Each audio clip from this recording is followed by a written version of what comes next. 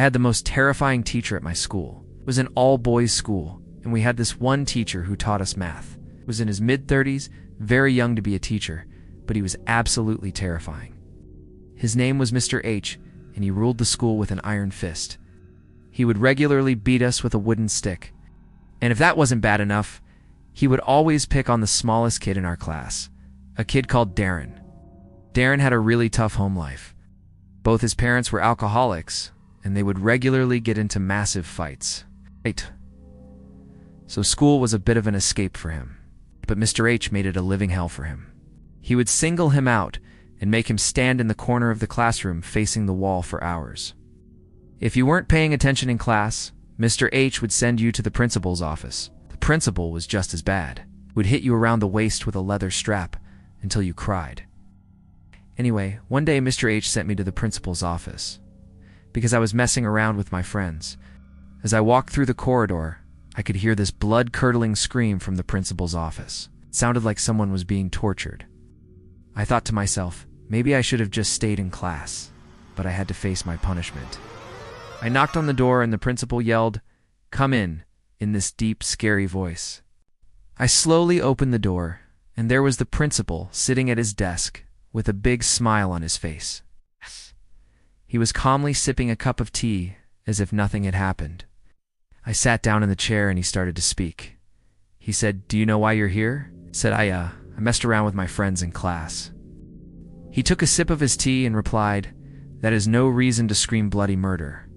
He then leaned over and whispered something in my ear. He said, "That was no ordinary scream you just heard. That was the scream of a banshee." A banshee is a female spirit in Irish folklore whose presence signifies death in the family or death to come in the family.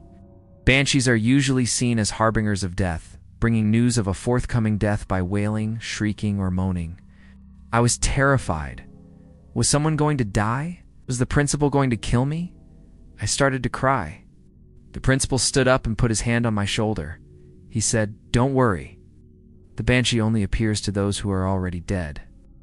Then he smiled and revealed his sharp, pointy teeth. I screamed and ran out of the office. I sprinted down the corridor, and I could have sworn I saw the principal's body in the shape of a dog running on all fours down the corridor after me. I raced out of the school and didn't stop running until I got home. I never told anyone what happened because I was too scared. But over the years, many students and teachers have come forward with stories of the haunted school. One student even claimed that he saw the ghost of a little girl in a Victorian nightgown walking down the corridor. She was dragging herself along the floor with her arms outstretched as if she was trying to crawl.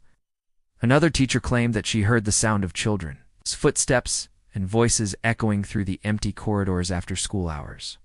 And when she turned around, she saw the ghostly figures of children standing in the corridor. One of my most vivid memories of the school was the thunderstorm. It was the summer of 1984, and I was playing football with my friends near the school. Suddenly the sky turned a deep, ominous black, and the wind began to pick up. We all looked up at the sky in awe as we watched the clouds roll in. The next thing we knew, the rain started pouring down, and the thunder cracked. We all ran to shelter, and we could hear the sound of hailstones the size of marbles hitting the roof. The rain continued to pour down for days, and the river that ran through town overflowed. We couldn't go to school because all the buildings were flooded. My friends and I spent the week playing in the floodwater and eating chocolate bars. But it wasn't all fun and games. There were some scary moments. One day, my friend Gary decided to explore the flooded school. Gary was the bravest of us all. He wasn't scared of anything. He led the way into the school, and we walked through the corridor that was now filled with water. We could see the ghostly figures of students and teachers walking past us. Some were dragging themselves along the floor, while others were floating above the ground. We turned to leave, but Gary stopped in his tracks. He stared ahead of him with a look of terror on his face. He screamed and turned to run. We all ran as fast as we could until we got home. When we looked back, we could see Gary's house in the distance, and we could see his parents' car in the driveway. But when we checked later that evening, Gary was nowhere to be found. His parents had no idea where he was. We searched everywhere for him, but we couldn't find him, and to this day, no one knows what happened to him. My time at that school was truly terrifying. I mean, the ghosts, the thunderstorm, and that evil teacher, Mr. H. But it was also one of the best times of my life. It was the time of my childhood when I was experiencing everything for the first time, good and bad, and I wouldn't trade those memories for the world. If you enjoyed this video, please subscribe.